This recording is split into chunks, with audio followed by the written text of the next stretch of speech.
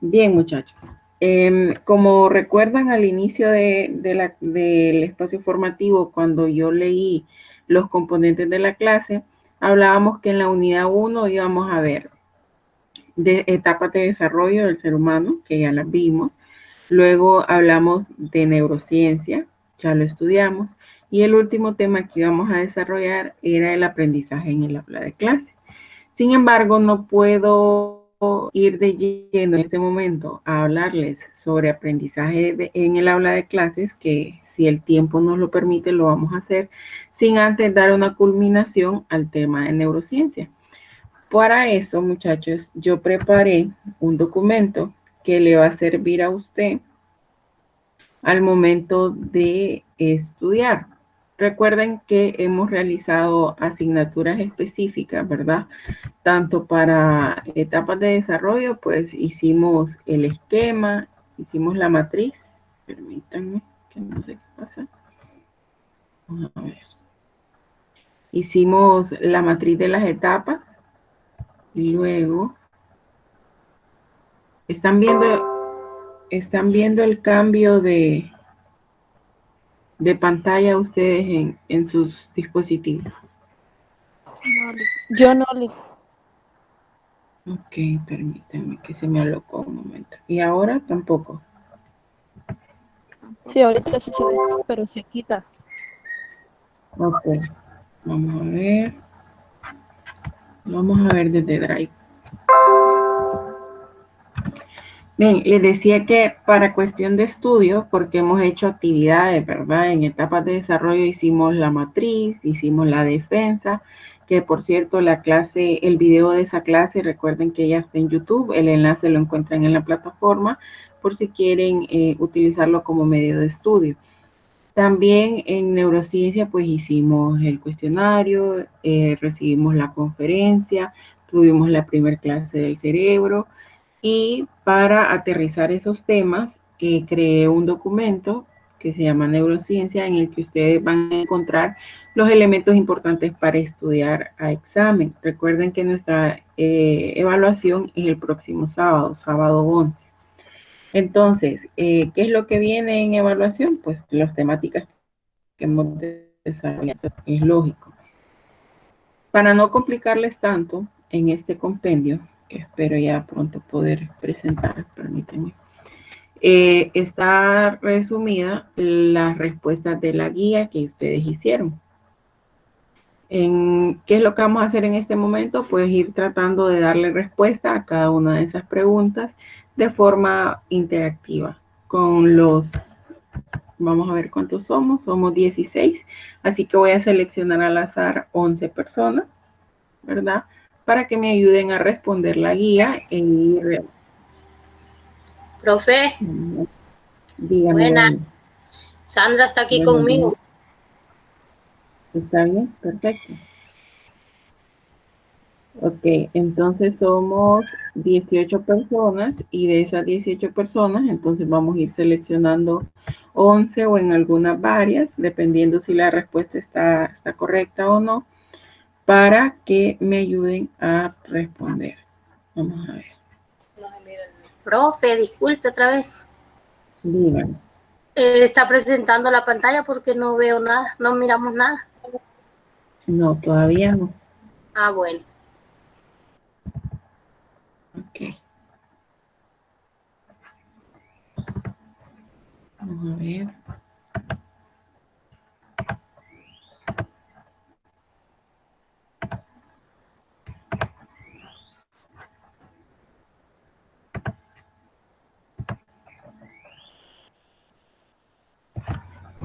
Ahora sí se ve que está cargando algo.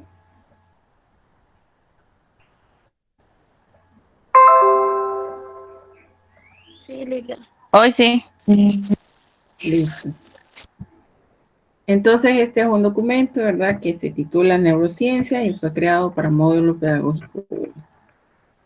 En la tabla de contenidos de este PDF van a encontrar una introducción a la neurociencia, características del cerebro, aprendizaje y memoria y funciones ejecutivas, que son las cuatro temáticas que se desarrollaron en la guía o en el cuestionario del taller de neurociencia. Entonces, la primera pregunta era, ¿qué es neurociencia? Vamos a ver, voluntariamente, ¿alguien la quiere contestar? Es la más fácil de todas y si no, pues yo doy un nombre de los que estamos aquí. Yoli. Dígame, Ken. Bueno, la neurociencia es el conjunto de disciplinas científicas que estudian el sistema nervioso, con el fin de acercarse a la comprensión de los mecanismos que regulan el control de las reacciones nerviosas y del comportamiento del cerebro. Muy bien, excelente. Entonces, de forma sencilla, ¿qué es neurociencia? La neurociencia, muchachos, son las disciplinas científicas que se encargan del estudio del sistema nervioso y sobre todo del cerebro. Ustedes pueden ver aquí, hay un concepto sencillo, que es el estudio biológico del cerebro desde una mirada multidisciplinaria. Esto va desde lo metacognitivo hasta lo cognitivo, de lo molecular a lo celular, pasando por las más grandes redes, también hasta las más pequeñas, ¿verdad? Y el propósito principal de la neurociencia es entender cómo el encéfalo produce la marcada individualidad de la acción humana. Recuerden que es el hecho de pensar, el hecho de tener un proceso cognitivo es lo que nos distingue de otras especies humanas. El cerebro humano en biología es el órgano, perdón, esta ya es la siguiente pregunta. ¿Qué es el cerebro? ¿Alguien me lo quiere explicar? Yoli. Dígame, ¿qué es el cerebro? El cerebro es uno de los centros nerviosos que constituyen el encéfalo. Se encuentra ubicado en la parte superior y anterior de la cavidad craneal y aparece en todos los seres vertebrados. En definitiva, el cerebro es el responsable del aprendizaje, la cognición, la memoria y las emociones. Muy bien, excelente. Entonces, en nuestro documento dice que el cerebro humano es el órgano principal del sistema nervioso central.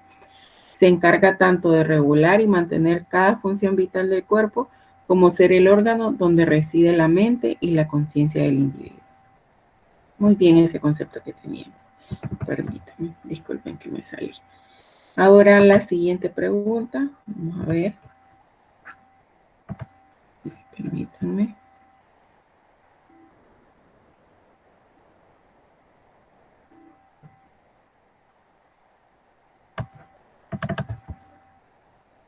Ok. Creo que había una pregunta más ahí en el cerebro que era ¿cuáles son las funciones? Que ya más o menos la mencionamos, pero ¿alguien tiene una respuesta más amplia en esta? Esa es la pregunta 3, Lee. ¿Qué funciones desempeña el cerebro? Y luego dice cuáles son los procesos controlados por el cerebro. Ok, pregunta número 3 entonces, ¿qué funciones desempeña el cerebro? Ajá. Y acompañada a esa está la otra interrogante, ¿cuáles son los procesos controlados por el cerebro?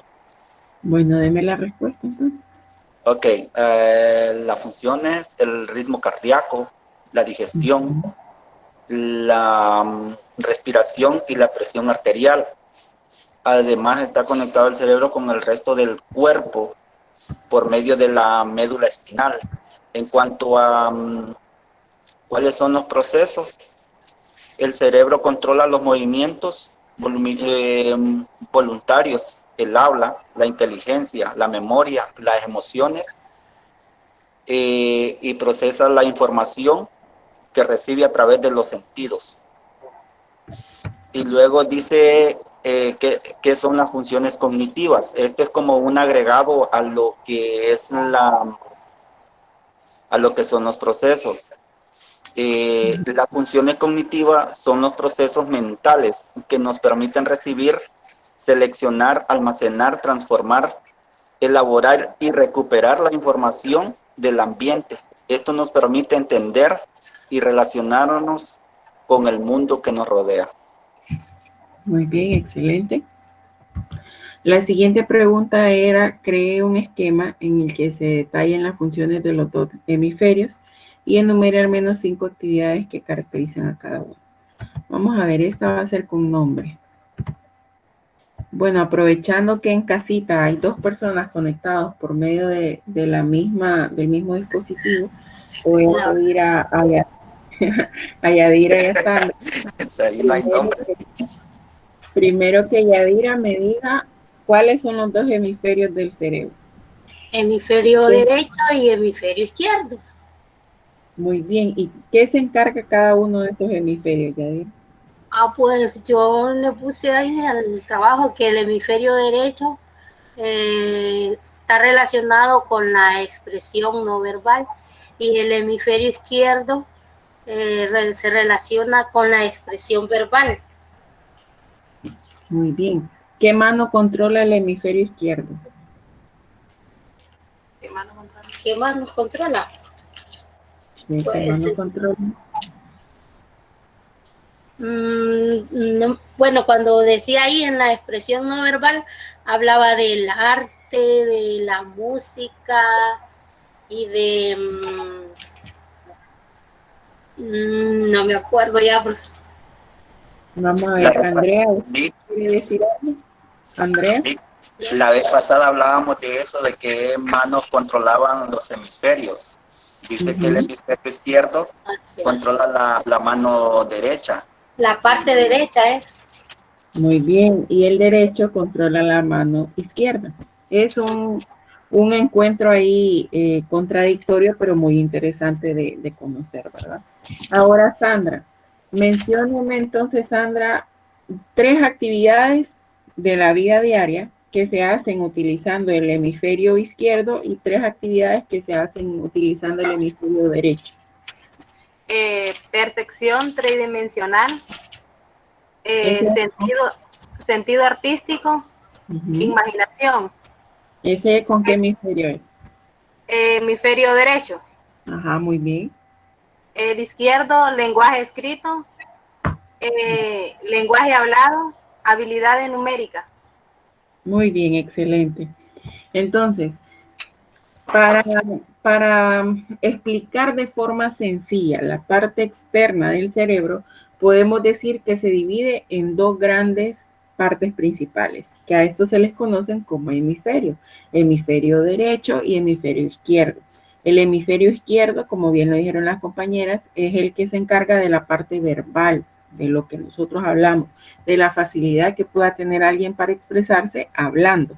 Y luego está el hemisferio derecho, que es la que se encarga de lo no verbal, la expresión artística, como muy bien las compañeras lo decían, y también recordar, ¿verdad?, ese encuentro contradictorio de que la parte del hemisferio derecho es la que se encarga de controlar la mano izquierda y el hemisferio izquierdo es el que se encarga de controlar la parte derecha. Pero luego estos dos hemisferios se dividen en cuatro lóbulos, ¿ok? Que son las cuatro partes que más hemos mencionado de forma externa del cerebro. Vamos a ver. Entonces, la siguiente pregunta, la número 5, decía, cree un esquema en el que se detallen las partes y funciones del cerebro. ¿Alguien? Vamos a ver. Andrea, ayúdeme con esta respuesta. Andrea Sabillo.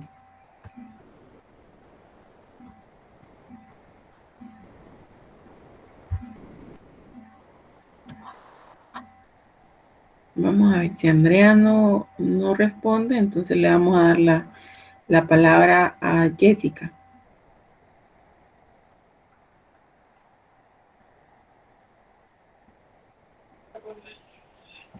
La leo entonces. Sí, dígame su respuesta. Está lóbulo frontal, que es el más grande de los lóbulos del cerebro. Se Ujú. caracteriza por su papel en el procesamiento de funciones cognitivas. El otro es lóbulo parietal. Se encuentra entre los lóbulos frontal y occipital y se encarga principalmente de procesar información sensorial que llega de todas las partes del cerebro al cuerpo, como el tacto, la sensación, temperatura, el dolor y la presión. El 3 es lóbulo occipital, Ujú. que es la primera zona de la neurocorteza a la que llega la información visual y tiene un papel en el reconocimiento de objetos cuya luz es proyectada sobre la retina. El lóbulo temporal, este recibe información de muchas otras áreas y los lóbulos del cerebro, y su función tiene que ver con la memoria y el reconocimiento en los datos provenientes de los sentidos. Juega un papel de reconocimiento de rostros y voces. Esos son los 4 lóbulos. Muy bien. Si ustedes en este momento ponen su cabeza de perfil hacia un lado o viendo hacia adelante, pueden hacer la ubicación de, más que todo de perfil, de estos lóbulos. Si se tocan cerca de la frente, en el lóbulo frontal. Luego, si tocan un poco hacia el centro, van a hablar del lóbulo parietal. Luego, hacia como un costado, hablamos del lóbulo temporal, y un poco hacia atrás del lóbulo occipital. Esta estrategia les puede servir para poderlos estudiar. Dígame, Alexis. Ok, como ahí la 5 decía que había que crear un esquema detallando las partes y funciones del cerebro. Bueno, en las partes le puse lóbulo parietal, lóbulo occipital, cerebelo, vástago de cerebro, que eso no está ahí, pero las funciones de ellos dice que desempeñan una función sensoriales, motoras y de integración asociadas con diversas actividades mentales. Entre estas vamos a encontrar lo que es la memoria, el lenguaje, la escritura y las respuestas emocionales. Muy bien, excelente. Entonces, repito lo que les acabo de decir para que ustedes lo utilicen al momento de estudiar. Si ponen su cabeza de perfil, si tocan en la parte casi arriba de la frente o en la frente, encontrarán el lóbulo frontal, como su nombre lo dice. Si tocan un poco hacia el medio de su cráneo, van a encontrar el lóbulo parietal. Si tocan un poco hacia abajo, será el lóbulo occipital, y hacia un costado será el lóbulo temporal.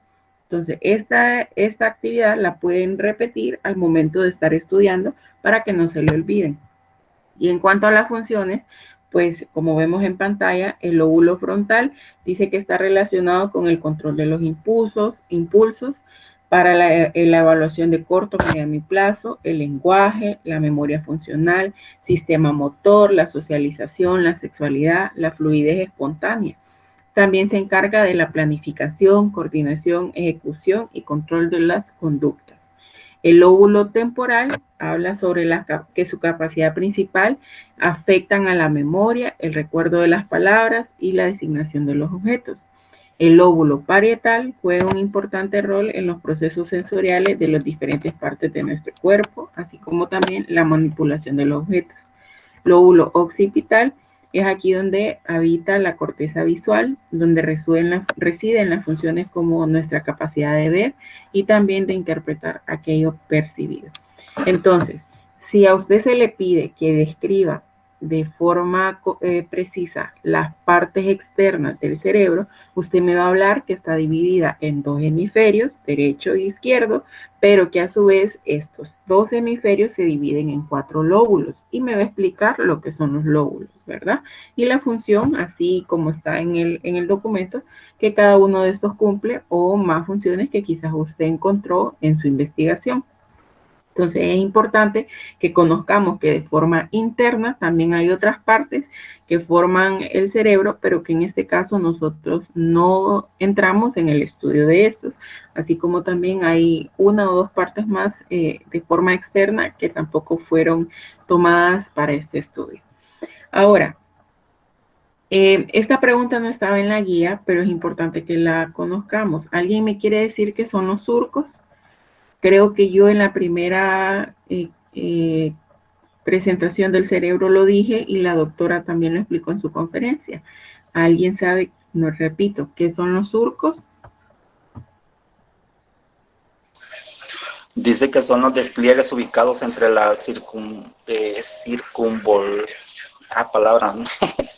circunvoluciones del cerebro. Está lo que son los surcos largos de aspectos irregulares sobre la superficie medial de un hemisferio cerebral que separa la circunvolución del cíngulo de la circunvolución frontal media por debajo del lóbulo parietal por arriba. Me confunde la palabra circunvolución. Ok, ya vamos a entender entonces de una forma más sencilla qué son los surcos. Los surcos, muchachos, son esas arruguitas, para así un lenguaje más sencillo, son esas arrugas que el cerebro tiene que le da esa característica tan única. La doctora explicaba que una de las funciones principales de esas funciones estéticas es dar espacio, o sea, colocarse o organizarse de una forma que le permita al cerebro estar dentro del encéfalo, dentro del cráneo. Entonces, esas arrugas son los surcos. Y la doctora explicaba que si en algún momento desplegáramos en una mesa el cerebro sin esas arrugas, tomaría el espacio de una mesa de 4 personas. ¿Okay?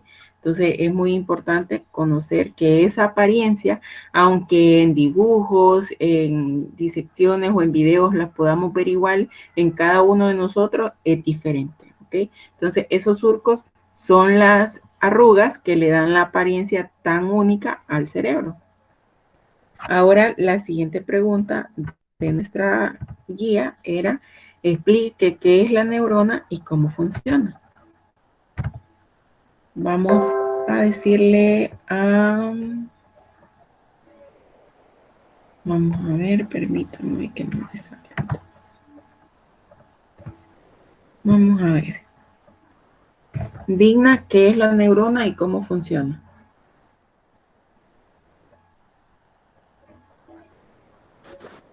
Lick, yo tengo la guía en la computadora y la computadora no la tengo aquí conmigo. Bien, Candy, ¿qué es la neurona y cómo funciona?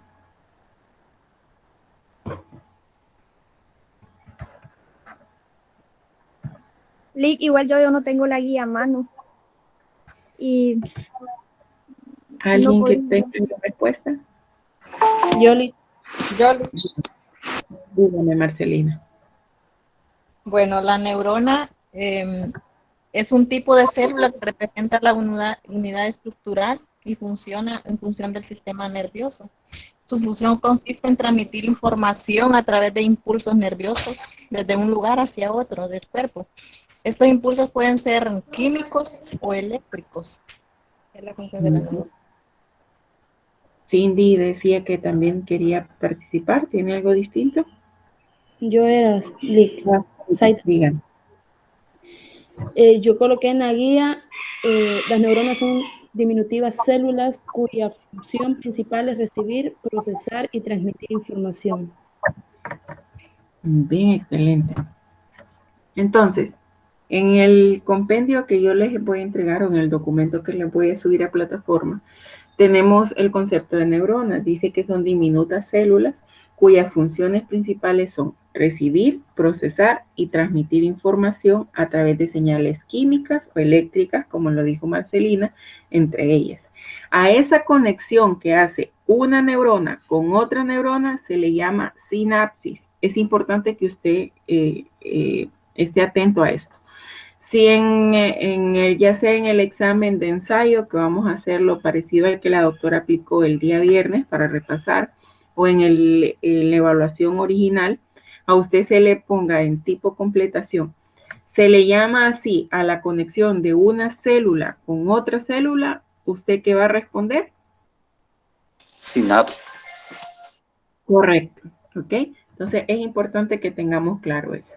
Las neuronas son diminutas células cuyas funciones principales son recibir, procesar y transmitir información. Puede ser a través de señales químicas o eléctricas, y a esa conexión de una célula con otras, de una neurona con otra neurona, se le llama sinapsis, ¿ok?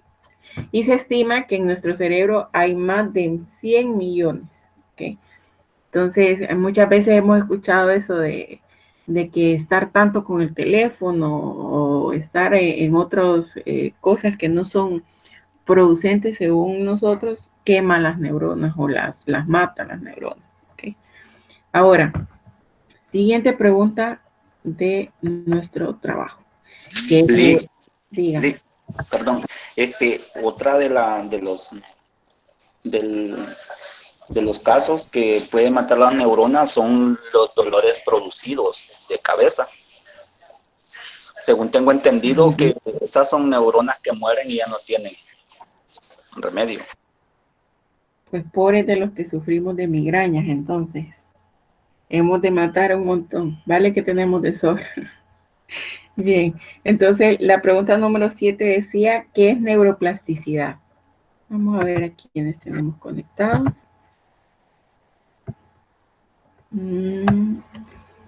Wendy o Cindy, cualquiera de ustedes dos. Yoli. Dígame, Cindy. Buenos días. Buenos días. La neuroplasticidad es también conocida como plasticidad cerebral. Se refiere a la capacidad del cerebro de cambiar como resultado de la conducta y la experiencia. ¿Cómo funciona? El cerebro está compuesto por más de 10.000 millones de neuronas. Los primeros investigadores creían que las neurogénesis se detenía poco después del nacimiento, pero hoy en día ya sabemos que el cerebro tiene la capacidad de reorganizar sus rutas neuronales, crear nuevas conexiones e incluso crear nuevas neuronas como en el hipocampo. Muy bien. La neuroplasticidad representa la facultad del cerebro para recuperarse y reestructurarse a lo largo de la vida. Esto lo podemos ver por medio de cuando adquirimos un aprendizaje, digamos. Permítanme, voy a aceptar a la persona. Bien. Alguien nos enseñó a nosotros que se decía el calor. Entonces nos desarrollamos toda la vida diciendo el calor, el calor, el calor. Y después alguien nos dice, no se dice así, se dice la calor. Entonces nuestro cerebro toma esa nueva información, la adapta con la que teníamos, la modifica y ahí se crea una neuroplasticidad. Es esa capacidad que tiene el cerebro para adaptarse.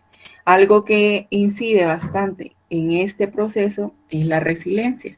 La resiliencia es la facultad o la habilidad que tenemos los seres humanos para reponernos de situaciones difíciles de nuestra vida y salir adelante. Aquí también entra la plasticidad cerebral, porque muchas personas no tienen esa capacidad o esa habilidad y ese evento traumático los limita durante toda su vida. Sin embargo, hay otras personas que usted escucha su testimonio y tuvo el proceso interno, tanto externo, para seguir adelante. Y usted los ve y son personas que no reflejan esa situación en su actuar diario. ¿Okay? Entonces, la neuroplasticidad o la plasticidad cerebral va de la mano también con la resiliencia. Ahora, hay dos áreas del cerebro sumamente relacionadas con el lenguaje. No fue pregunta de la guía, pero es algo que se repitió mucho en la conferencia de la doctora. Y yo lo mencioné cuando hablé de los hemisferios en la primera clase.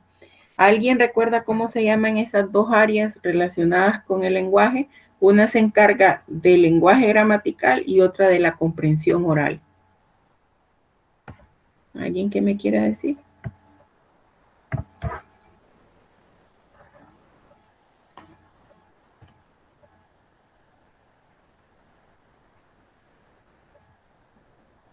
¿No recuerda? Sí. Dígame. El área de Broca. Uh-huh. Y me escapa el nombre del otro.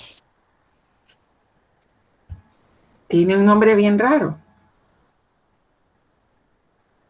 De Wernicke. Correcto. El área de Broca y el área de Wernicke son las encargadas del procesamiento del lenguaje en nuestro cerebro. El área de Broca es la que se encarga de los aspectos del lenguaje y la gramática. Además, como ven en el documento, dice que es la zona del sistema nervioso encargado de almacenar las palabras funcionales como los verbos. ¿Por qué inmediatamente de aquí no está el área de Wernicke?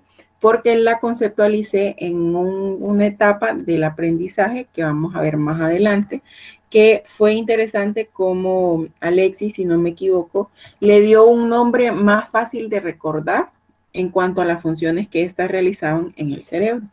Entonces, vamos a pasar a la siguiente pregunta, que es que creara un esquema sobre las etapas del aprendizaje. Vamos a ver, mientras ustedes se ubican ahí, vamos a ver qué nos dice el documento sobre el aprendizaje. Bien, el aprendizaje es un proceso real que ocurre dentro de nuestro cerebro. Conocer cómo aprende el cerebro no es una tarea para nada fácil. Todos los profesionales que se dedican a formar y desarrollar personas deberían de tener conocimientos básicos de cómo aprenden las personas. Esto se vuelve fundamental si queremos diseñar experiencias de aprendizaje significativas y duraderas. ¿Por qué es importante saber cómo funciona el cerebro en cuanto al aprendizaje? Porque como la doctora nos instruyó en su conferencia, vemos que si relacionamos el aprendizaje con algún conocimiento previo, es más fácil que el niño lo capte. Y si relacionamos las palabras, perdón, con imágenes, con imágenes o actividades que sean para nosotros un estímulo emocional, incentivan más al alumno a aprender y activan el cerebro. Entonces, ¿cómo aprende el cerebro? Hablábamos con la doctora de 5 etapas, que lo podemos negociar a 4 dependiendo cómo ustedes las encontraron. Vamos a ir uno por uno. Vamos a comenzar con Jerry. ¿Cuál es la primera etapa, Jerry?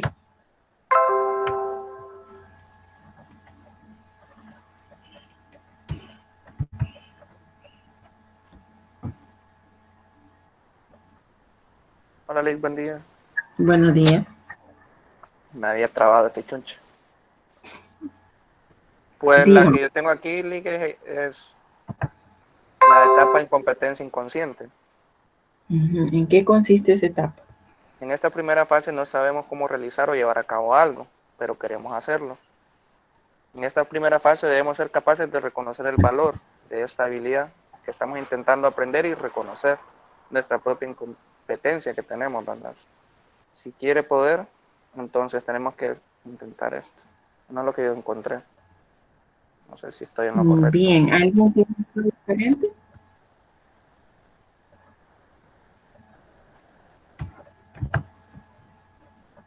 La primera etapa del aprendizaje, Zaida. Permítame, Liz, ya se me olvidó. Ay, aquí lo tenía ahorita, permítame. La memoria. Dígame, Yadira. Recepción sensitiva. Muy bien, esta es la primera etapa, la recepción sensitiva.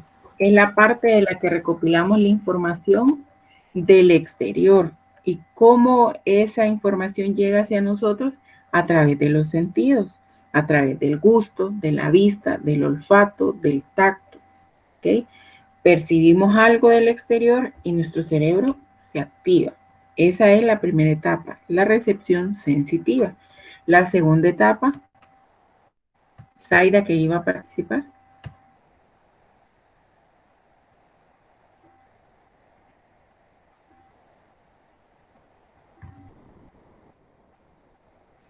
Liz, dar la información, Liz. Lilian, ¿usted quería participar? Bueno, entonces no son las etapas que nosotros tenemos, porque nosotros tenemos competencia inconsciente y la incompetencia consciente. La consciente y la inconsciente. Yo tengo esas.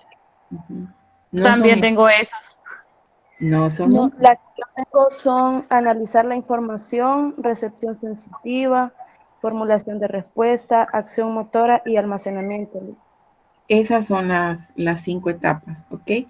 Primero, a través de los sentidos, la recepción sensitiva, objeto información. Es la primera etapa. Vamos a ver, Indira, nos ayuda con el micrófono. Eso. Listo. Perdón, Indira, la silencié. No sabía que iba a hablar. Si quiere, active su micrófono y participe. No, que le iba a decir que las mismas había puesto yo, Leo.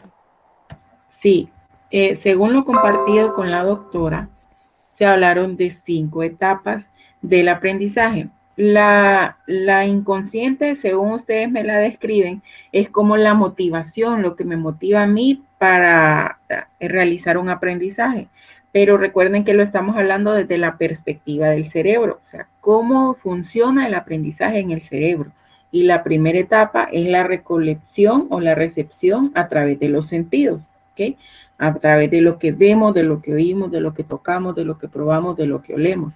Si ustedes recuerdan, puse un ejemplo de que en kinder o en primer grado, cuando estamos enseñando las vocales, los números, podemos llevar un plato desechable con leche condensada, darles un poquito a los niños, ponerles en el dedo y que a través de ese dedito puedan dibujar lo que estamos tratando de enseñarles. Y ellos están tanto aprendiendo como desarrollando el olfato, porque la leche condensada huele dulce, huele rico, el tacto, porque están sintiendo la textura, y el sabor, que al final sabemos que el niño, hasta nosotros, vamos a poner el dedo en nuestra boca para saborear la leche condensada. ¿Okay? Entonces, esa es la primera etapa. Lee, Sí. yo creo que aquí, en cuanto a las etapas, es dependiendo los encargados de quienes hicieron esos estudios, porque las etapas que están mencionando, esas están las obras de Bandura, y las otras etapas que están mencionando los otros compañeros, aparece un W. Russell Puig. Entonces, me imagino que eso va dependiendo de quién hizo el estudio al momento de sacar la información. Bien, entonces yo les repito que nos vamos a basar en las 5 etapas que la doctora nos compartió al momento de hacer la conferencia. La conferencia, si ustedes la quieren volver a ver, está disponible en la plataforma. Ahí está el enlace para que ustedes la puedan ver si quieren repasar. En el compendio o en el PDF que se creó, están de forma textual, ¿verdad? Y con algún ejemplo o de forma más sencilla para comprender. Entonces, repito, la primera etapa con la que nosotros nos vamos a quedar cuando se hable de aprendizaje es la etapa recepción sensitiva, que es a través de estímulos por medio de los sentidos. ¿Ok? Esa es la primera etapa. La segunda etapa es la etapa de donde se analiza la información. Una vez que la información ha logrado traspasar el filtro de atención, porque es importante que tengamos claro que no podemos aprender algo que no llama nuestra atención. Entonces, por eso a través de un estímulo o de los sentidos, el cerebro obtiene la atención y luego pasamos a la siguiente etapa, que es cuando analizamos. Se da un proceso de codificación, es decir, el cerebro intenta interpretar la nueva información a partir de la que ya posee. A este proceso se le llama metacognición. Esto significa que si usted no tiene el conjunto de conocimientos necesarios para decodificar el nuevo conocimiento, no va a ingresar o no podrá comprenderlo y será rechazado por carecer de significado y olvidada casi de inmediato. ¿Por qué hasta este momento hablamos del área de Wernicke? Porque es el área principal para la comprensión del lenguaje. Es entonces la responsable de procesar los sonidos que escuchamos y relacionarlos con el habla y con el lenguaje que ya conocemos. Por tanto, es la región más importante de todo el cerebro para las funciones intelectuales superiores. Alexis lo llamaba el procesador de la información y justo esa la función que ésta cumple.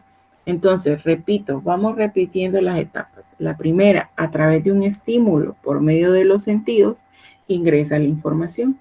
Luego la codifico o la analizo y si tiene un sentido, la información se adhiere y si no hay nada que se relacione o algo que capte la atención, entonces la información se olvida.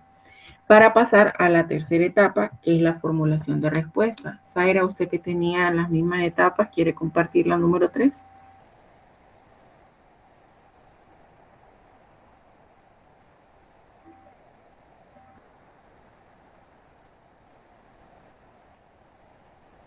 Bien, la etapa número 3 se llama...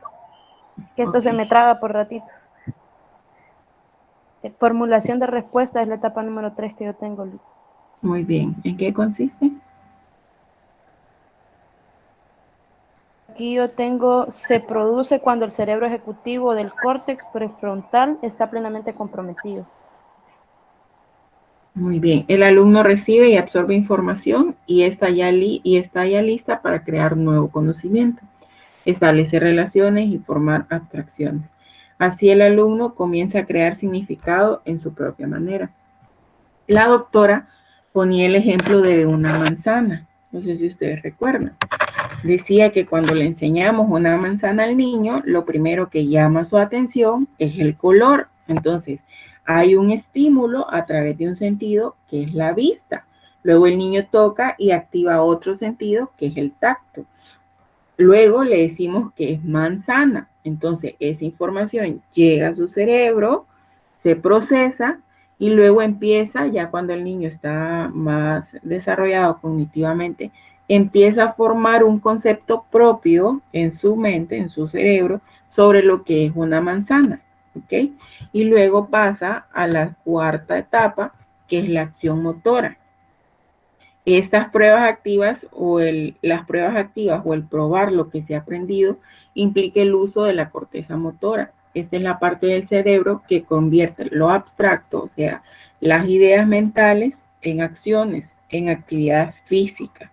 Después de que el cerebro haya interpretado la experiencia a través de la reflexión y el significado construido. En este punto, el cerebro utiliza los conceptos creados como guías para la prueba activa o experimentación. Lo podemos decir entonces, miro lo que me están mostrando, rojo y llamativo, me dicen que es una manzana, entiendo que es una manzana y luego comparto o explico qué es una manzana. Entonces ahí podemos ver la relación de estas 4 etapas. La etapa número 5 es la del almacenamiento. Finalmente, la información que ha sido almacenada en el cerebro, que pasó el filtro, que fue codificada, que se creó una idea, que se llevó a la prueba, es recordada o debe ser almacenada para ser recordada y utilizada para resolver problemas de la vida real.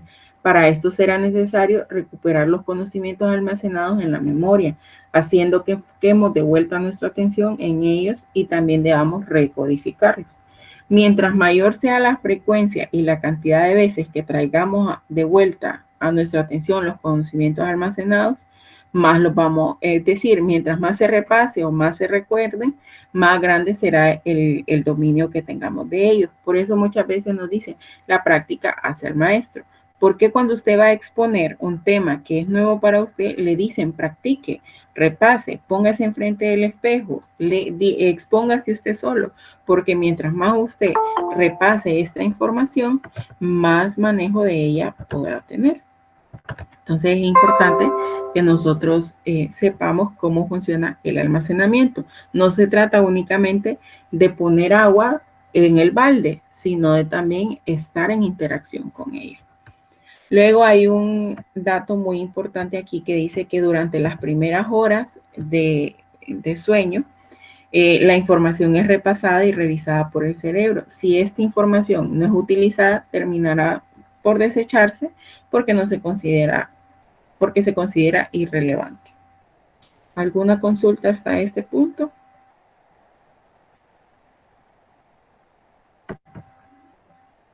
Creo que están expuestas las 5 etapas de forma sencilla y con los ejemplos que estamos dando es que puede ser un poco más fácil la comprensión de ellas.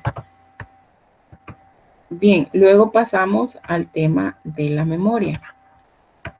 Vamos a ver cuál era la siguiente pregunta. La pregunta número 9 decía, ¿tiene relación el tamaño del cerebro con el aprendizaje? Explique. ¿Alguien quiere responder?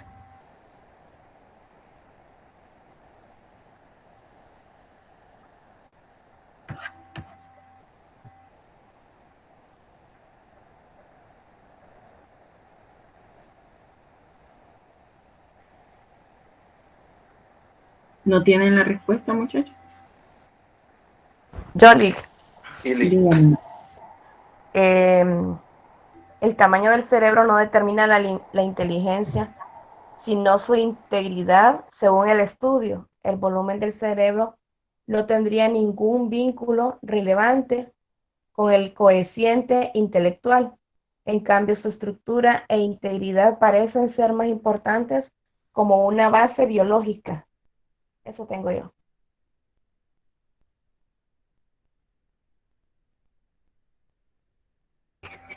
Permítanme.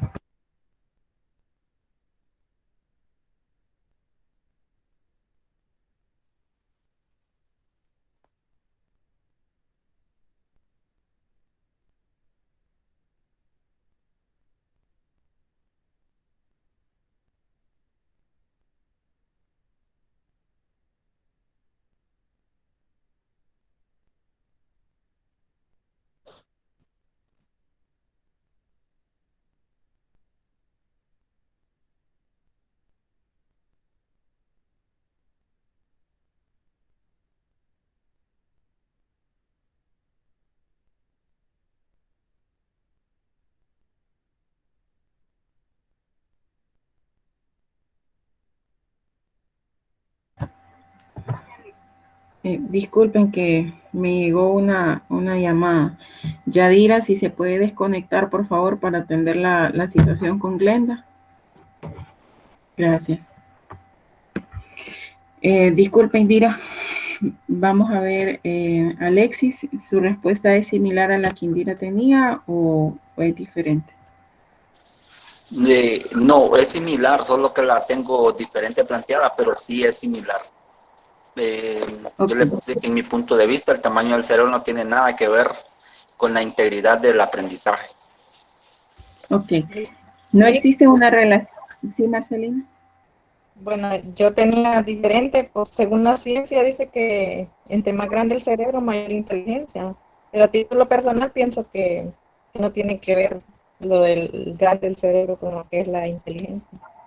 Ahí salía un ejemplo donde decía de que si tuviera que ver el tamaño del cerebro, el elefante nos superaría a nosotros los humanos, ya que como 5 kilos creo que decía que pesaba algo así el cerebro de los elefantes. Entonces queda descartado lo de que eso influye para el aprendizaje. Lilian. Sí, creo que lo del tamaño del cerebro se refiere a el total de la materia gris que contenemos en el cerebro y de eso depende el aprendizaje. Muy bien. Lo que puede influir, ¿verdad?, en el aprendizaje es el desarrollo cognitivo que el sujeto al que estamos educando tenga. Porque es lógico que un niño promedio de 5 años no nos va a resolver ecuaciones. Entonces, el proceso educativo debe ser orientado al nivel cognitivo del sujeto que se esté educando. Entonces, muy bien el ejemplo que ponía Kenia en comparación del cerebro del elefante con el del ser humano. Y lo que decía Lilian en este momento, ¿verdad? Que lo importante es la materia gris, más no el tamaño del órgano como tal. Lee, Dígame.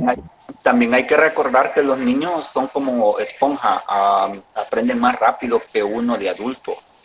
Ellos tienen capacidad para aprender más rápido una situación. Por ejemplo, con los niños dotados, ¿cómo entraría ahí? ¿Cómo sería la materia gris de ellos? Sí, correcto. Por eso yo decía en el ejemplo que hablando de un niño promedio, es muy difícil que pueda aprender situaciones tan complejas, porque ya lo vimos según lo que estudiamos en la primera etapa, que es el desarrollo cognitivo, pues no está hasta ese nivel. De hecho, ni siquiera puede un niño de 4 o 5 años, no sabe diferenciar todavía en lo que es verdadero con lo que es imaginario. Entonces es ahí donde entra lo complejo. Ya con los niños de superdotados, como usted lo dice, pues ya es un tema aparte que sinceramente no me considero en este momento preparada como para darle una respuesta completa. pero sí se ha estudiado, ¿verdad? Que en definitiva hay situaciones cognitivas que son distintas a un niño del promedio. Pero vamos a investigar un poco sobre eso. Bien, pasamos entonces a la siguiente pregunta, que en este caso es crear un esquema en el que detalle los tipos de memoria. Se les planteaba que era memoria corto, medio y largo plazo. Entonces vamos a ver, pero, ¿qué es la memoria? La memoria es la capacidad para almacenar, codificar y recuperar la información guardada. Estas acciones se realizan gracias a las miles de conexiones sinápticas, que ya hablamos, que es cuando una neurona se conecta con otra neurona, se da la sinapsis. Gracias a las miles de conexiones sinápticas que se producen entre nuestras neuronas. Aprendizaje y memoria son dos conceptos muy unidos. La memoria es capaz de almacenar datos tan mínimos como el color de una flor a algo más complejo como problemas matemáticos o cuestiones de física, química, ¿verdad? Ahora, entonces, ¿cuáles son los tipos de memoria? Aquí yo coloqué esa información que me pareció interesante, que la doctora ponía la imagen de la película de Intensamente, creo que se llama, la que vimos el periodo pasado sobre las emociones, que estaban eliminando esferas de recuerdos. Bueno, ella decía que los ganglios basales son los encargados de decir qué recuerdos se almacenan y cuáles se descartan. De hecho, en la película hablaba quizás de un ejemplo nada más que estoy poniendo. La tabla periódica se va, el comercial de tal producto, la canción pegajosa, esa se queda. Entonces, en la película se hacía un ejemplo de esta forma. Luego, según los expertos, hay diferentes tipos de memoria que nos sirven para retener en la mente millones de datos en la vida diaria. Bien, el primer tipo de memoria es la memoria a corto plazo. ¿Quién me quiere decir qué es la memoria a corto plazo? Yo. Dígame. Es la que interpreta los estímulos y conserva esa información durante un tiempo breve. Muy bien.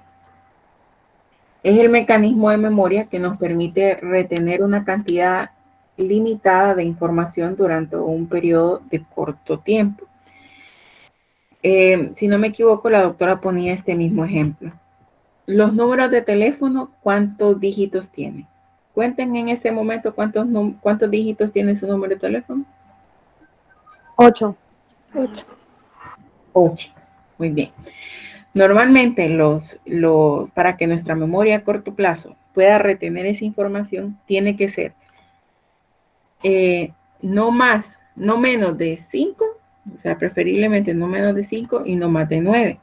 El número perfecto se dice que es el 7, porque tiene tiene 2 sobre 5, pero también podemos retener 9, que tiene 2 sobre 7.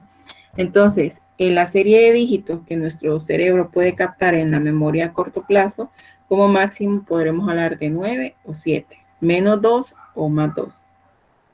Y el tiempo que esta información se retiene en nuestra memoria puede ser de 30 a 40 segundos. ¿Okay? Esa es la memoria a corto plazo. Luego le sigue la memoria a mediano plazo, que si ustedes hicieron la investigación, esta memoria casi no es mencionada. Es que únicamente se divide, la mayoría de estudios o de personas que hacen escritos sobre esto, la dividen en corto y largo plazo. El medio ha quedado como un poco de lado, pero ¿alguien logró encontrar qué es la memoria a mediano plazo? Yoli. Sí. Dice que la memoria a mediano plazo puede durar minutos e incluso semanas. A la larga desaparecerán a no ser de que se activen suficientes huellas para la memoria volverse más permanente. Eso tengo. Muy bien. En la memoria a mediano plazo es donde llega la información para ser confrontada con otra.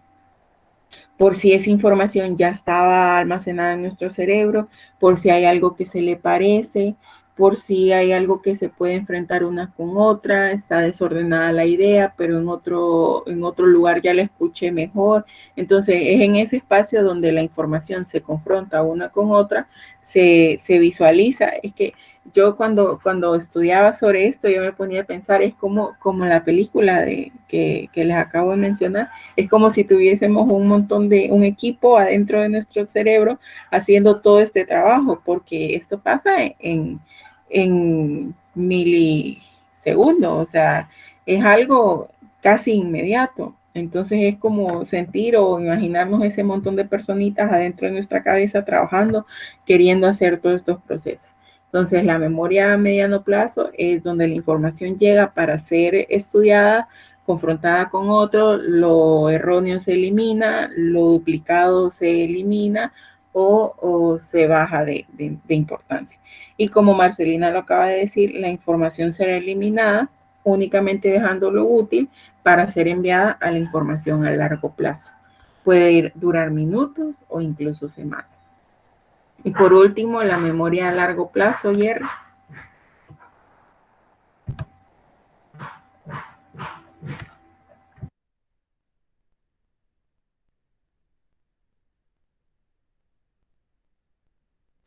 Hola, Liga, estoy teniendo un poco de dificultad ahorita con el internet.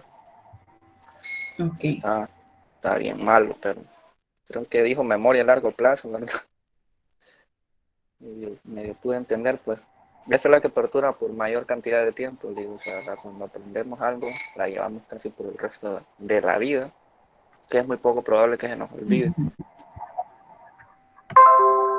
Correcto. ¿Alguien tiene otro concepto?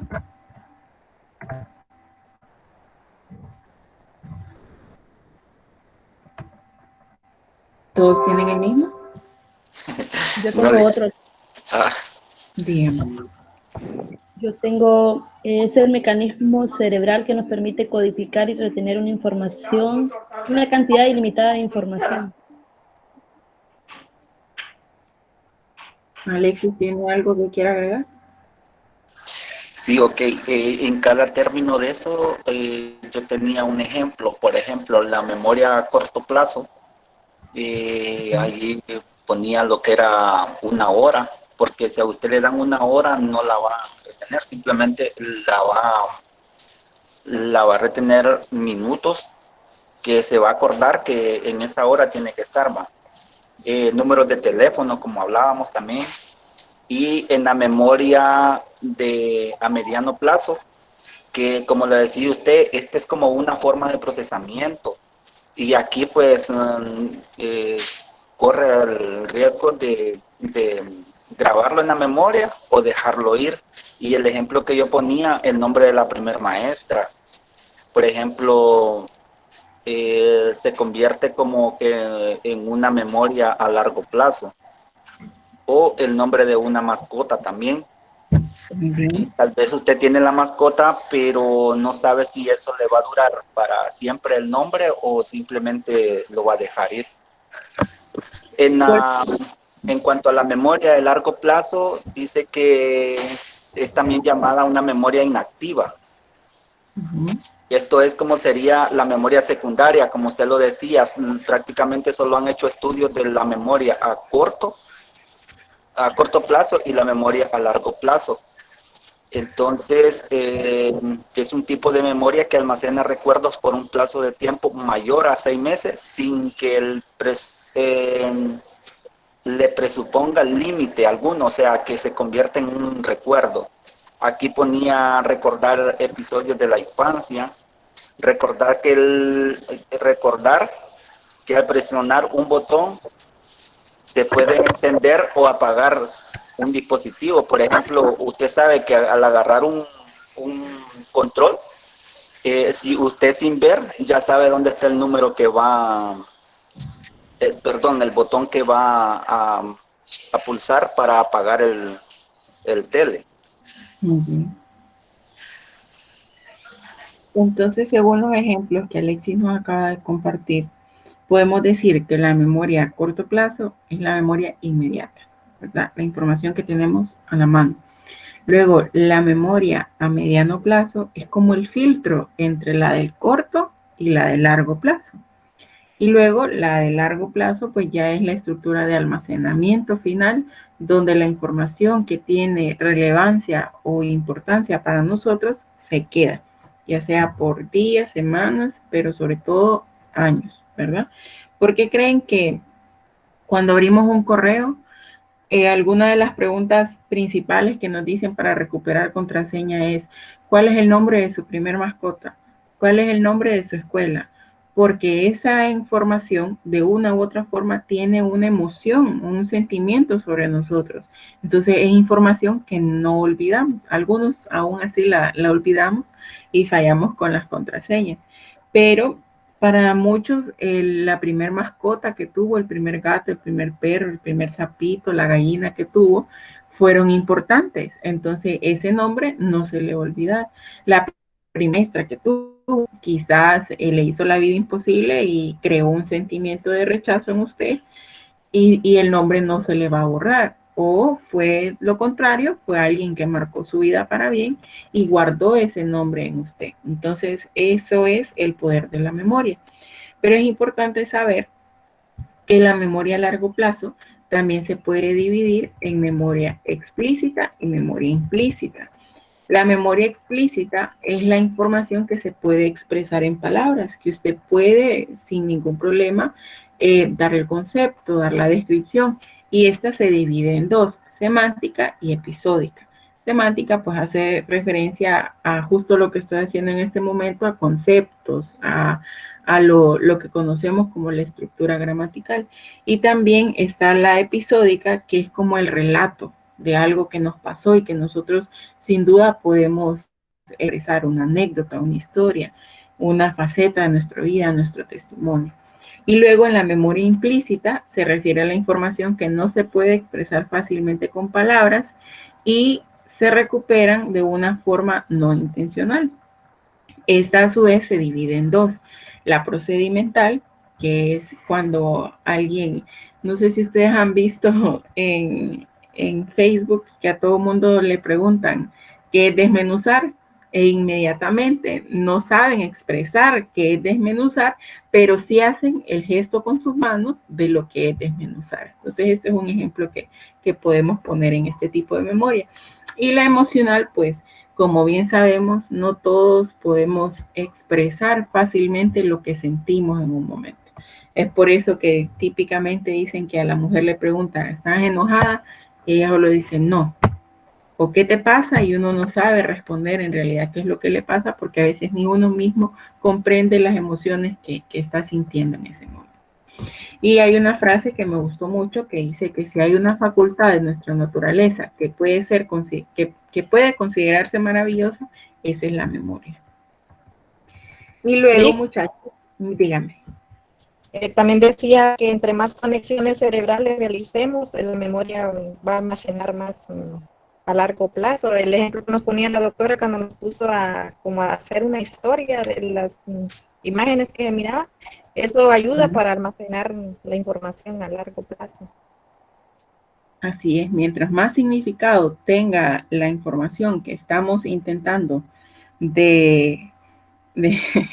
mientras más información tenga la información que estamos tratando de almacenar, mayor va a ser la facilidad para guardarla, ¿verdad? Perdón, mientras mayor sea el significado, mayor va a ser la facilidad para almacenarla. Entonces luego caemos a la última pregunta, que son las habilidades ejecutivas.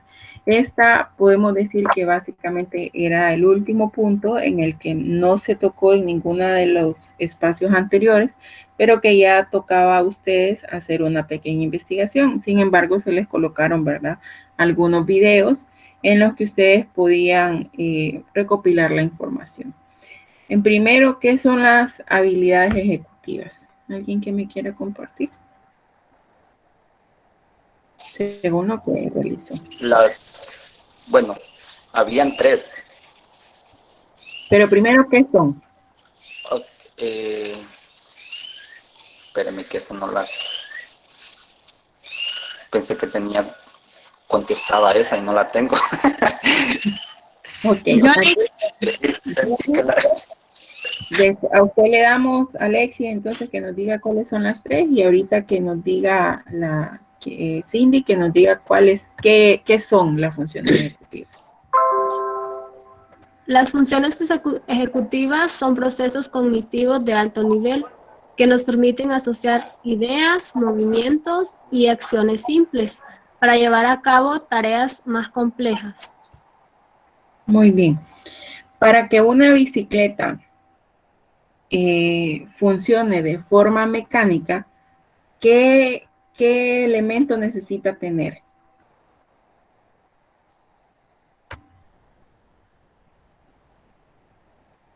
Visualicen una bicicleta. ¿Cómo era la pregunta? Okay. Visualicen una bicicleta. Esta bicicleta tiene varios componentes, ¿verdad? Pero hay un elemento muy importante que si no funciona, la bicicleta no puede cumplir con su objetivo, que es andar de forma mecánica. ¿Cuál es ese elemento? La cadena con las catarinas, no sé cómo le llaman a eso. Correcto, la cadena. Entonces, las funciones ejecutivas son una cadena de procesos o de componentes cerebrales que hacen posible nuestras funciones como seres humanos. Lo decía Cindy, nos ayudan a coordinar, a supervisar, a regular, a ejecutar, a reajustar conductas con el fin de alcanzar un objetivo complejo. ¿Okay? Entonces, si mi objetivo es cruzar la calle, dentro de mí se empiezan a activar toda esta cadena de componentes para cumplir el objetivo que es cruzar la calle. Nosotros lo podemos ver como algo sencillo, doy los pasos y coordino. Pero antes de hacer la acción, de realizar la acción, hay todo un proceso en nuestro interior. Entonces, esas son las habilidades ejecutivas. Dice que en el cerebro el encargado de procesar las funciones ejecutivas es el lóbulo frontal. Estas funciones aún no están muy desarrolladas en los niños. Por lo general, los niños en la etapa preescolar ya empiezan a desarrollar funciones ejecutivas. Otra etapa clave es la adolescencia. Los niños empiezan a establecer las bases para un funcionamiento óptimo de las funciones ejecutivas. Estas habilidades o destrezas tienen que ver con la memoria de trabajo, el autocontrol y la flexibilidad cognitiva. Esas son las tres que Alexis nos va a definir. ¿Qué es cada una de ellas, Alexis? Ok, esa me comí esa pregunta, no, es que yo la tomé así como para contestar las funciones, pero no sabía que había que contestar esa pregunta, como en forma de pregunta. Bueno, las tres funciones que nos aparecen acá, la primera es la atención flexible. Dice que esta nos permite cambiar nuestra atención cuando es necesario, dirigiéndola a las tareas más importantes y manteniéndolas mientras estamos trabajando en ellas la atención. Uno de los ejemplos, un ejemplo sería hacer distintas palabras con las mismas letras. Luego tenemos la función memoria operativa, que dice que es la capacidad de recordar y utilizar información importante con las direcciones de conducción. Nos permite almacenar información importante para usarla cuando sea necesario. Por ejemplo, recordar y responder a los datos que se han dicho en una conversación. La función número 3, que es el control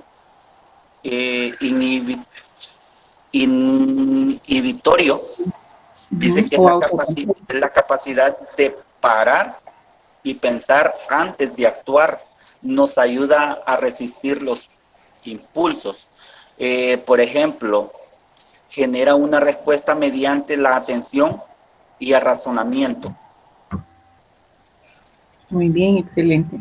Entonces, las funciones ejecutivas las vamos a dividir en tres: la memoria de trabajo, el autocontrol y la flexibilidad cognitiva.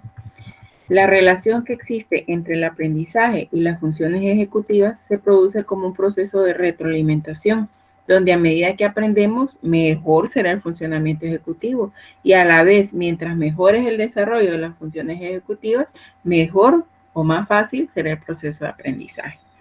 Entonces, ¿cómo se relacionan estas habilidades con el aprendizaje? Vamos a hablar primero de la memoria de trabajo.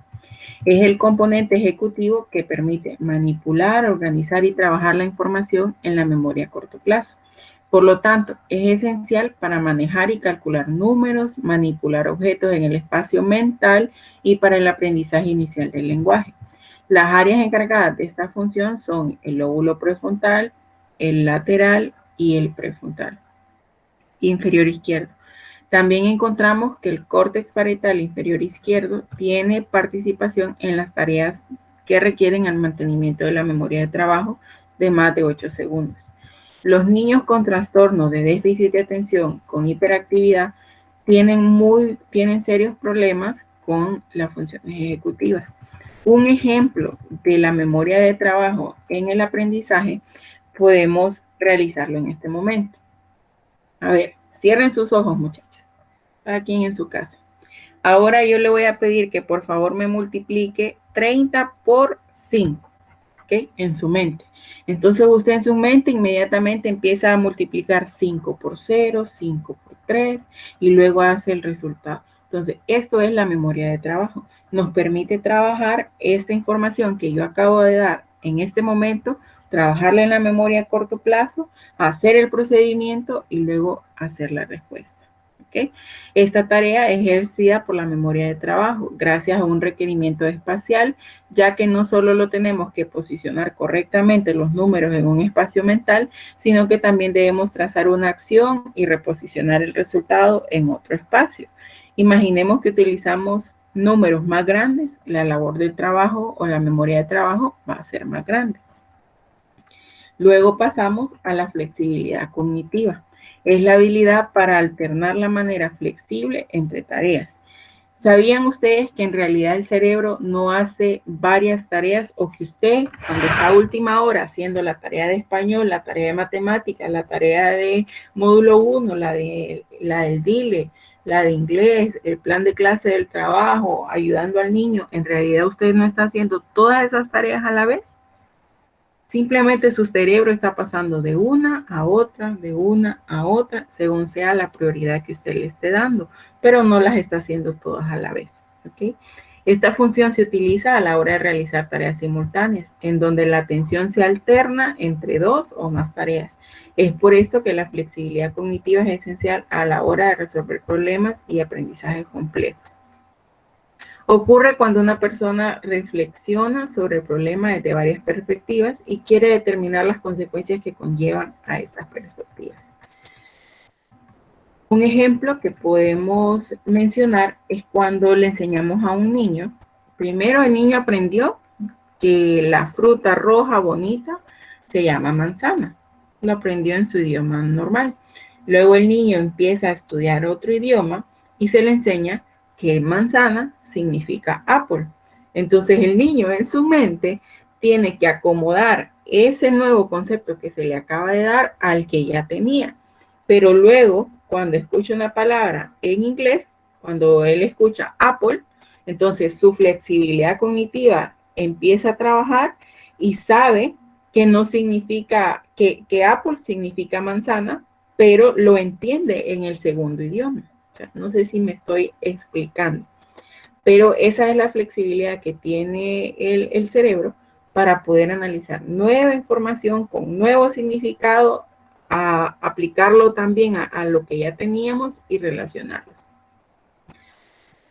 Muy bien, ahora vamos con el control o inhibición. El autocontrol, pues como su misma palabra lo dice, existen diferentes tipos de procesos inhibitivos en el cerebro. Entre ellos encontramos motora, o sea, sus manos no se están moviendo a cada segundo sin usted pensarlo. Usted tiene control sobre ese movimiento, sobre esa acción. Entonces usted tiene un autocontrol. Ejecutiva y cognitiva. En este caso nos enfocaremos en la inhibición ejecutiva, la cual se refiere al control inhibitorio que permite abstenerse o interrumpir acciones, pensamientos y emociones que dificultan o no aportan a la actividad que se realiza. Asimismo, interviene la capacidad para posponer gratificaciones inmediatas a favor de conseguir un objetivo a largo plazo. El control inhibitorio juega un papel importante a la hora de controlar progresivamente la conducta y emociones funcionales a lo largo del desarrollo escolar. ¿Cómo podemos aplicar esto? Cuando le damos una instrucción al niño y a pesar de que hay múltiples factores a su alrededor que pueden interferir con la actividad que se le ha dado, él es capaz de contenerse y continuar con la actividad hasta lograr el objetivo.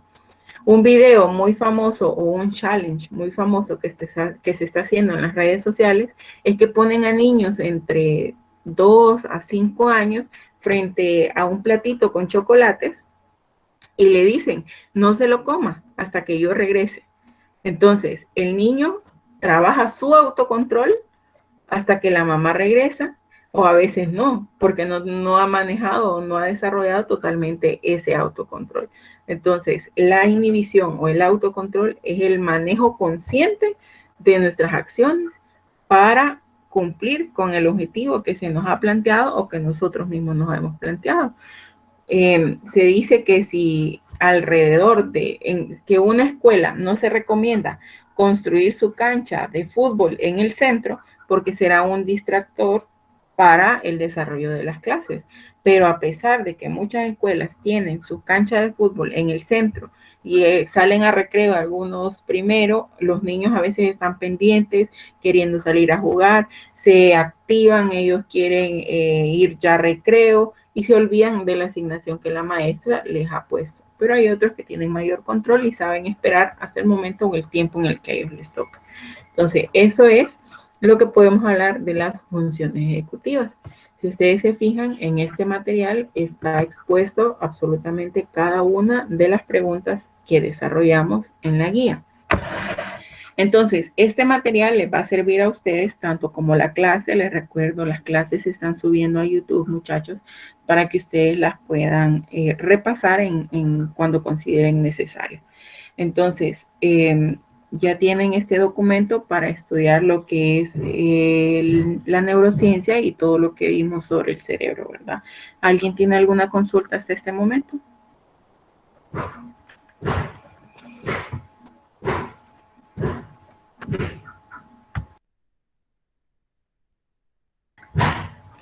Bien, chicos, si no hay preguntas, entonces paso a explicarles la siguiente actividad. Antes de explicarles la actividad, me gustaría saber qué les pareció el panel de ayer, qué sacaron del panel, les gustó, algún comentario que quieran hacer.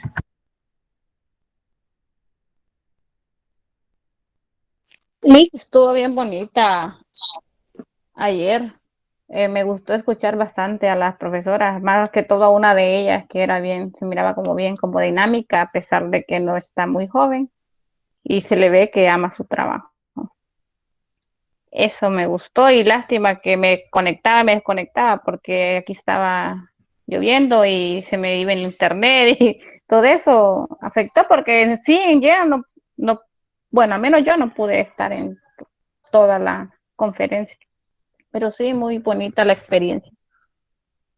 Muy bien. Candy, ¿iba a decir algo? Sí, la verdad sí, yo logré estar en todo el conversatorio y sí fue de muy buen interés todas las experiencias que ellas compartieron y saber todos los desafíos que ellas están enfrentando ahorita en este tiempo. Como dijo la compañera, realmente hay una de ellas que usa estrategias muy bonitas, estrategias visuales para llamar la atención de sus alumnos, sobre todo para entretenerlos y para que puedan captar lo que ellas les dan. Y sí me gustó mucho. Logré compartir con ellas también lo mismo.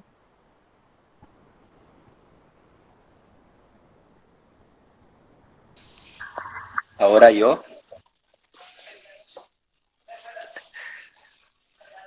¿Liz? Sí, dígame. Ok.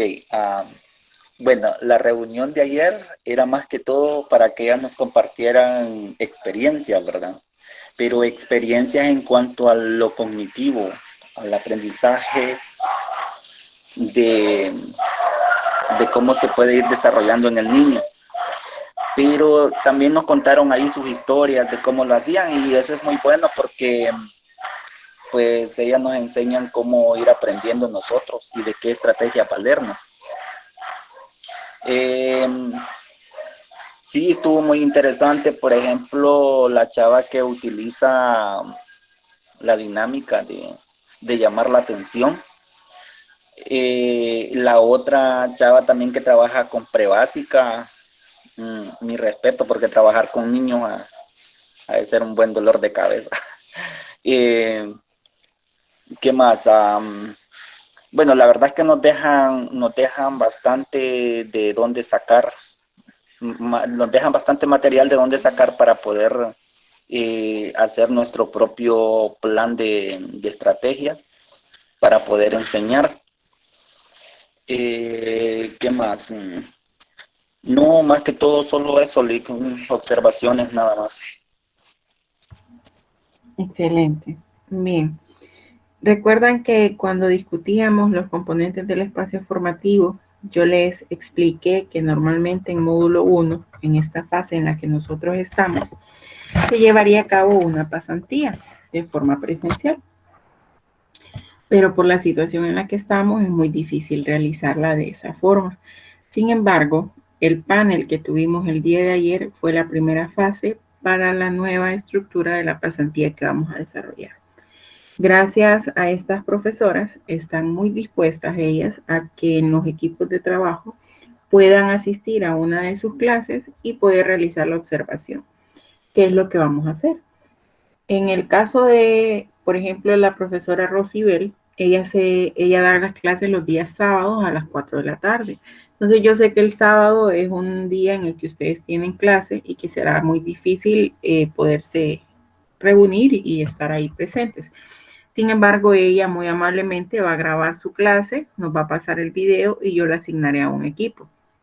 En el caso de la maestra de preescolar, igual será asignada a un equipo. Ella está dispuesta, ¿verdad? Y esto lo hago con el objetivo de que en realidad podamos identificar, comprobar o evaluar si todo lo que ellas nos compartieron el día de ayer, no a forma de juzgar, sino a forma de aprender, se desarrolla en una clase. Porque recuerden que el aprendizaje varía según el estado del niño, el estado del profesor, los recursos con los que cuenta, y estos no son los mismos todos los días. Nosotros no amanecemos con el mismo ánimo todos los días, no nos sentimos de la misma forma todos los días. Entonces, es importante en realidad llevar a nuestra práctica, por así decirlo, el conocimiento que adquirimos el día de ayer y sobre todo el que hemos adquirido con etapas de desarrollo, neurociencia y con el tema que nos queda por estudiar, que es el constructivismo. Ahora, muchachos, entonces les recuerdo, ¿verdad? Que durante esta semana se va a llevar a cabo la etapa 2, que es observación de clases por medio de los espacios virtuales de estas maestras. Yo pasaré el horario, ¿verdad? Así de forma general, y si el equipo definitivamente no puede concordar con la hora de la profesora, pues pasaremos a hacer la grabación de la clase para que en equipo la puedan observar. Al final van a llenar una ficha de observación que yo voy a subir a la plataforma y la van a presentar y tiene un costo de 4 puntos, ¿verdad? Eso de forma grupal. Cualquier pregunta, recuerden que me la pueden hacer en el espacio que tenemos o en este momento. Las pasantías, bueno, usted va a asignar los equipos que van a estar en ese grupo en ese horario de clase que va a dar la profesora, me imagino. Sí, por ejemplo, permítame, solo me dicen que es Aida, pero no me ha llegado ninguna solicitud de ingreso a la clase, entonces no la puedo aceptar. Ahora, con lo que me pregunta Alexis, por ejemplo, la profesora Rosibel da las clases sábado 4 p.m. Ok. Entonces, si algún equipo se puede conectar hoy, perfecto, le asignamos esa. Si no se puede conectar nadie, entonces yo pido a la profesora que grabe la clase y la paso a un equipo. Lo indispensable o lo mejor para trabajar mejor sería si hay algún equipo que no tenga problemas de horario, o sea, que trabaje desde casa, que pueda ser flexible, porque de esa forma, pues de una vez asigno una clase en vivo. Si no, si hay equipos de gente que no se pueden poner de acuerdo en su mayoría, pero si son 5 personas en el equipo y 3 o 4 se pueden conectar a la clase, se pueden unir, o sea, no hay que perder la oportunidad de estar en vivo, ¿me entienden? Entonces, eso, la tarea que les queda entonces es discutir en sus equipos que ya están formados, discutir en esos equipos de trabajo cómo están en el horario y si pueden o no en realidad participar en una clase en vivo. Si el consenso general es que no, pues entonces yo me voy a encargar de conseguir las clases para que ustedes las puedan analizar y presentar la ficha de observación. Bien. No ¿Cuánto sé si tiempo dura la clase, Liz, de ellas? ¿Solo una hora o cuánto? Sí, solo observaremos una. La mayoría de ellas trabaja a través de Zoom, entonces dura 40, 30 minutos. ¿Okay? Si no, pues depende del desarrollo que ellas planteen. Igual yo quedé de consultar mañana para ultimar detalles y yo les puedo pasar esa información, ¿verdad? ¿Alguna otra consulta?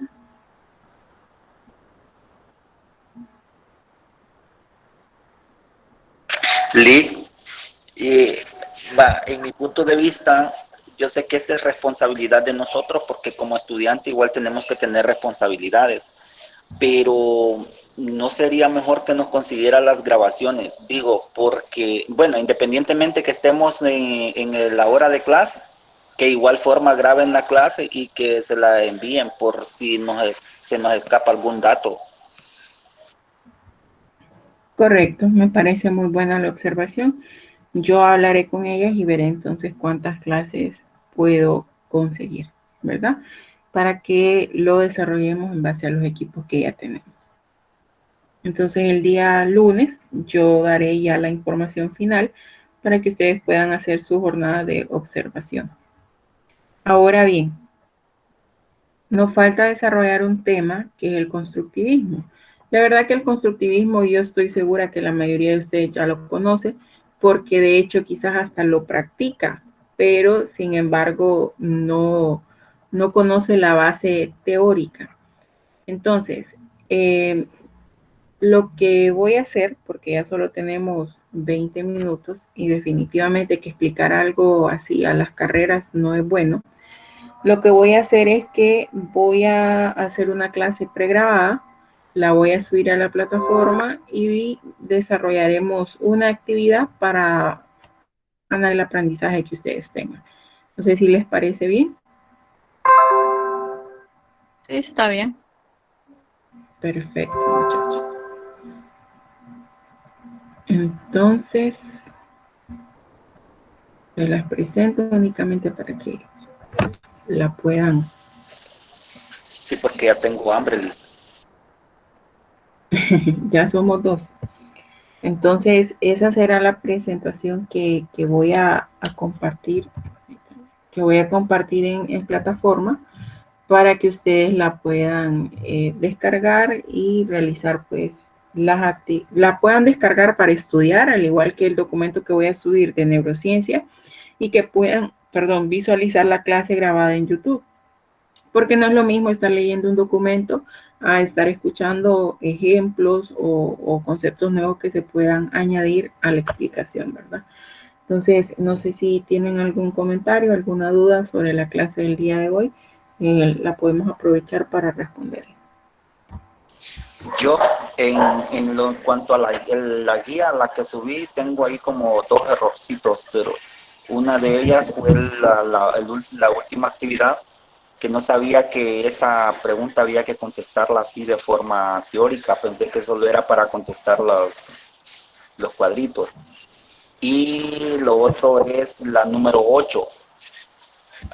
Me pareció muy interesante el esquema que aparece en el contenido, por eso le di copy paste, pero después explicó otras cosas ahí, pero igual veo que todo tiene similitud.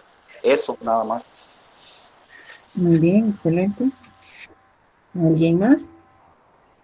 Lick, yo la pregunta 11, o sea, yo descargué el archivo, ¿verdad? Le di convertir, pero solo se me convirtió lo que eran las 10 preguntas y yo no sabía de esa 11, yo pensé que era otra actividad. No sé si hay tiempo para poderla subir o no, o ya no.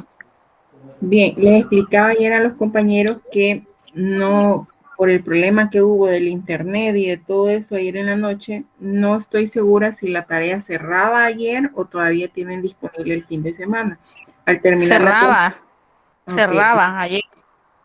Ok, entonces hoy la voy a volver a activar para que puedan subir quien no lo pudo subir y tienen hasta medianoche, ¿verdad? Para rectificar o como ustedes gusten. Recuerden que el cuestionario vale 3 puntos, el recurso creativo vale 8 puntos y la hoja de observación que vamos a hacer para la próxima semana tiene un valor de 4 puntos. Entonces, les recuerdo, muchachos, que el hecho de que sean bastantes actividades, bastantes puntos acumulativos, no significa que nos tenemos que confiar.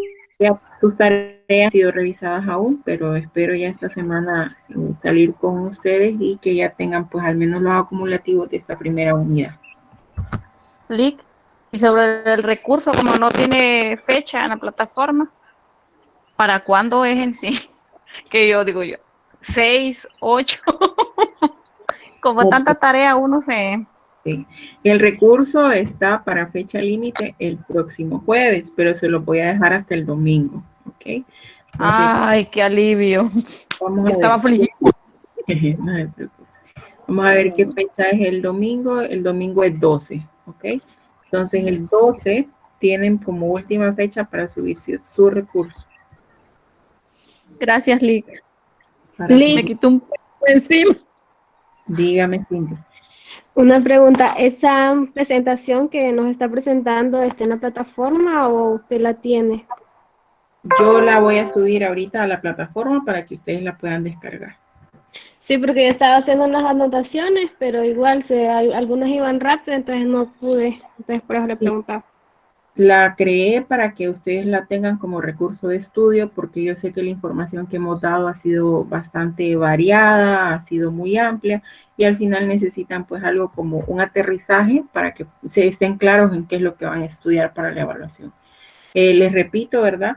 El día viernes vamos a desarrollar un repaso. Ustedes saben que mis repasos son interactivos, me gusta hacer las cosas diferentes.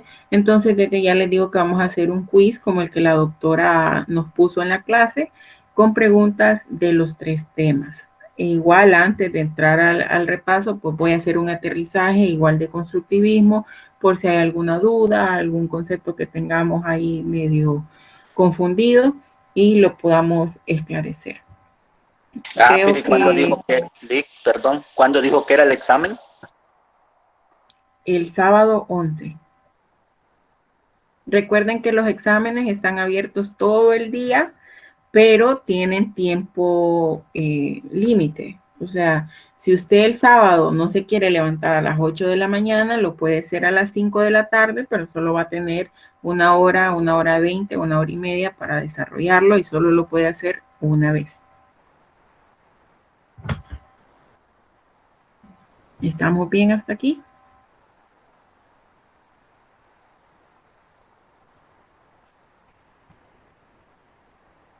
Por mi parte, sí. Perfecto, entonces, muchachos, les deseo un muy buen sábado y les recuerdo, ¿verdad?, tener las precauciones correspondientes para que podamos seguir todos aquí en esta lucha que es formándonos académicamente. Un abrazo a cada uno. Buen día. Gracias, igual. Gracias, Lick. Buen día. Un abrazo, buen día.